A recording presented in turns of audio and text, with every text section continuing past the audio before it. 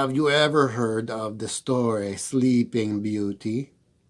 Yes? Well, how about Sleeping Bobby? Oh, I've never heard of this book, but we're going to read it together. I keep having to look over here because that's where my button is, because if I don't push it, I'm look like an idiot. I probably look like an idiot anyway. It's okay. Whatever. All right. Okay, Sleeping Bobby by Will and Mary Pope Osborne, illustrated by Giselle Potter, by the creators of Kate and the Beanstalk. Oh, so it's like our fairy tale, but a little different, probably. All right. Sleeping Bobby. I like the castle.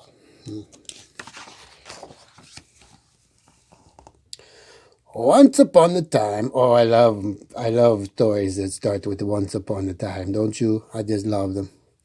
Once upon a time, a king and a queen wanted a child very badly. Every day the queen would say to the king, "Don't you wish we had a little one to share our kingdom with?" And every day the king would answer, "Yes, my dear, I do." That's a long table. Oh.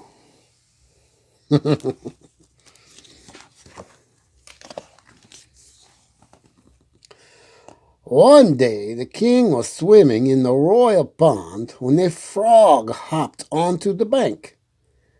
"I am here to tell you that your wish will soon be granted," said the frog.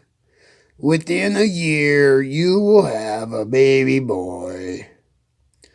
"Why, thank you," said the king, and he rushed home to tell the queen the good news. Wow, he's just like, all right, I guess the frog's talking to me, telling me my wish is gonna come true. I guess that's a thing now. A year later, a baby boy was born to the royal couple. The child was so extraordinary and so delightful that the king and queen wanted him to have a very special name. "How about Bob?" asked the queen. "Bob he shall be," replied the king. "Are any of your names Bob or Bobby or Robert?" That's another name. Oh, look at that. Getting the whole place all set up with the plates and stuff. Going to have a big meal. To celebrate the birth of Bob, the king and queen planned a huge feast. They invited almost everyone in the realm, including the kingdom's 12 wise women, for whom they set a table all of their own. That one right there. Oh, where was I? In truth, there were 13 wise women in the kingdom. But since the queen had only enough good china to serve 12, one had to be left out. Oh, that's not good. I wonder which one's going to get left out. That's sad. Just because they don't have the plates. Oh, there they are.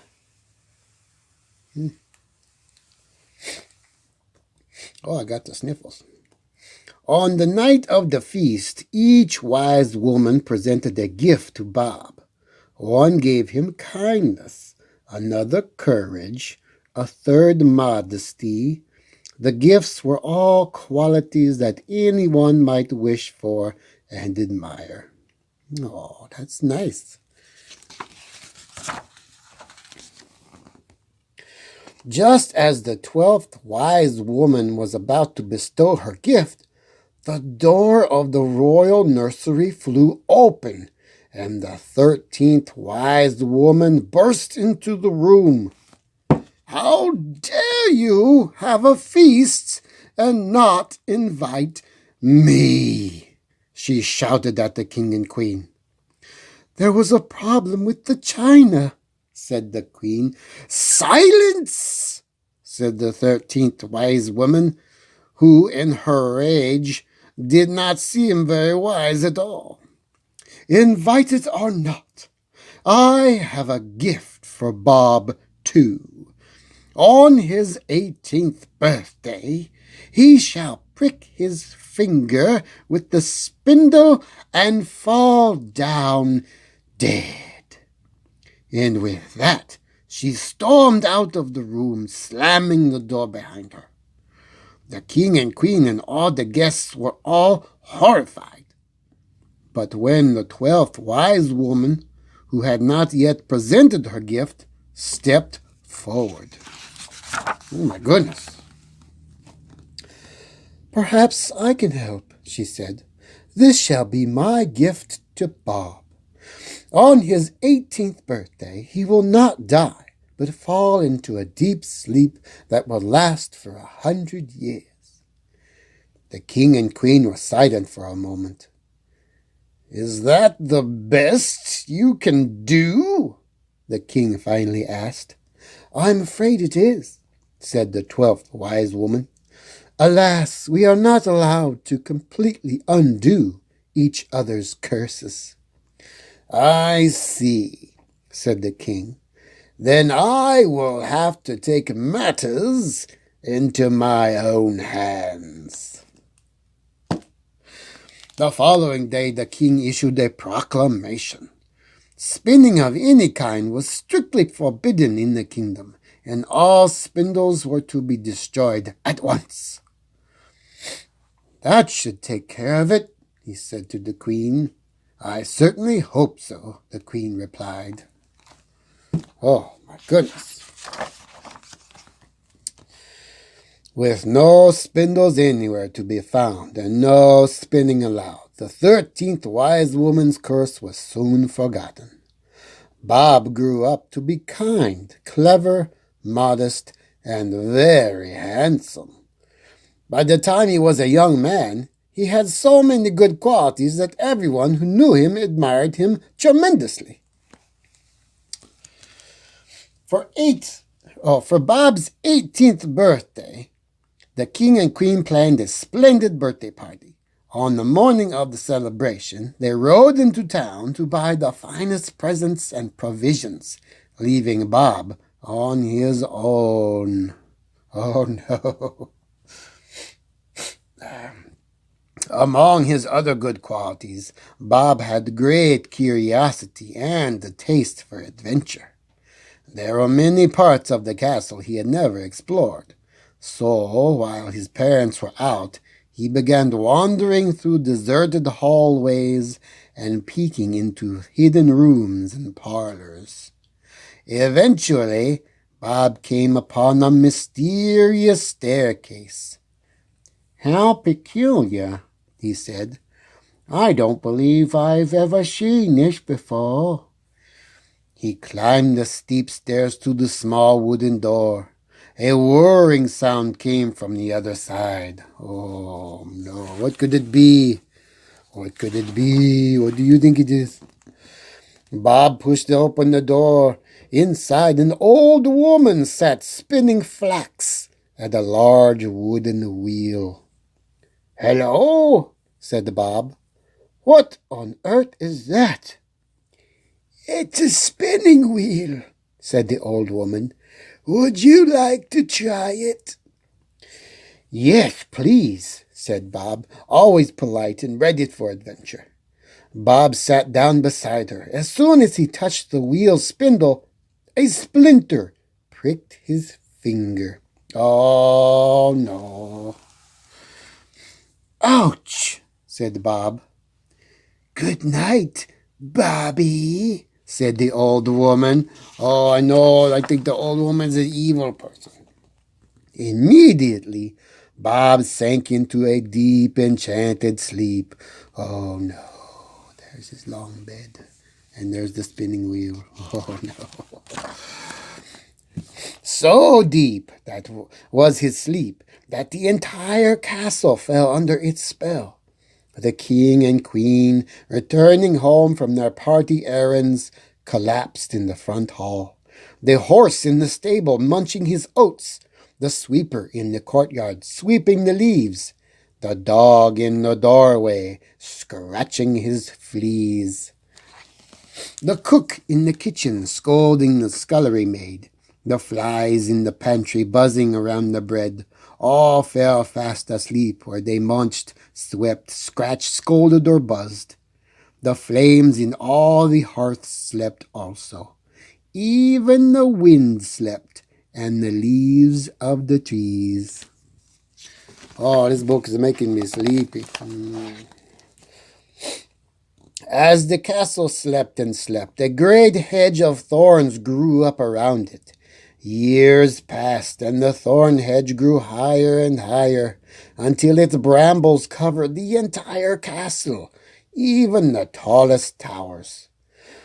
Meanwhile, rumors spread that a kind, clever, modest, and very handsome prince lay sleeping somewhere in a castle hidden by a giant thorny hedge. No one knew exactly where the castle was, or why a handsome prince was sleeping there. They only knew that the prince's name was Bob. As the rumors of Bob spread throughout the land, young women from far and wide began to search for him. A few found their way to the enchanted castle, but when they tried to pass through the hedge, they were stopped by the sharp, prickly thorns. Nearly 100 years passed. Then one day, a kind, clever, modest, and very lovely princess set out into the world to seek her fortune. In her travels, she often heard people speak of a very handsome prince named Bob, who had been sleeping for 99 years in a thorn-covered castle. She also heard that many young women had searched for Bob, but all had been stopped by the thorny hedge. If this Bob is all they say, it will take more than some shrubbery to keep me from meeting him, said the princess. Like Bob, the princess had a great curiosity and a taste for adventure. Oh, I do too. What about you? Do you like adventure? Up and down the lands, through woods and valleys, over fields and plains, the princess searched for the hidden castle. Finally, she came upon the gigantic hedge she'd heard so much about. As luck would have it, the princess arrived exactly 100 years to the hour since Bob had pricked his finger. Before her very eyes, the thorns of the giant hedge turned to flowers, and the branches beckoned her inside. When the princess got off her horse, the hedge parted to let her enter the grounds. Oh my goodness! 100 years asleep. That's a long nap. The princess soon realized that time had stopped for the mysterious castle. She walked past the horse in the stable, the sweeper in the courtyard, and the dog in the doorway. She passed the cook in the kitchen, the flies on the bread, and the king and queen in the front hall. All looked exactly as they had 100 years before, when they had fallen under the 13th wise woman's curse. The princess wandered the still palace, winding through mysterious hallways, peeking into hidden rooms and parlors. At last she came to the staircase that led to the room in the tower where Bob slept. She climbed the stairs and pushed open the door. Oh, the suspense. There was Bob, lying on the bed exactly where he had lain for 100 years. Oh my, she breathed. He is handsome. In fact, Bob was so handsome that the princess could not help herself. She leaned over and kissed him on the lips. Bob opened his eyes and stared sleepily at the princess. "What time is it?" he said. Bob and the princess fell deeply and immediately in love. Holding hands, they went downstairs and found that all the castle had awakened with Bob. The horse was munching his oats, the sweeper was sweeping the leaves, the dog was scratching his fleas, the cook was scolding the scullery maid, and the flies were buzzing around the bread. The flames leapt in the hearth, and the wind whistled in the trees. The king and queen yawned and stretched. I bet that was a long sleep, 100 years. The princess and Bob asked the king and queen if they could be married as soon as possible, because that's the way they did it in the old days. And they were that very afternoon. That was quick. Bob's birthday party became a wedding celebration, and the king and the queen and the princess and Bob, and even the dog in the doorway lived happily ever after, as all stories that begin with once upon a time usually end happily ever after. Oh, that was a very fun book. Instead of Sleeping Beauty, we had Sleeping Bob. Very cool, very cool. There you have it. Sleeping Bobby. I got this book from the library, and they have lots and lots and lots more books. I think I could be reading books forever. Literally forever. And I will, as long as you all keep coming back to read them with me, because that is what I do this for. So you can listen to the stories or you can read along with me, because reading is very important and storytelling is very, very important too. That's what makes the world go around, you know. Or that and gravity and space and stuff. But, you know, you understand what I mean. All right, thanks for coming to Storytime with Dog. See you later.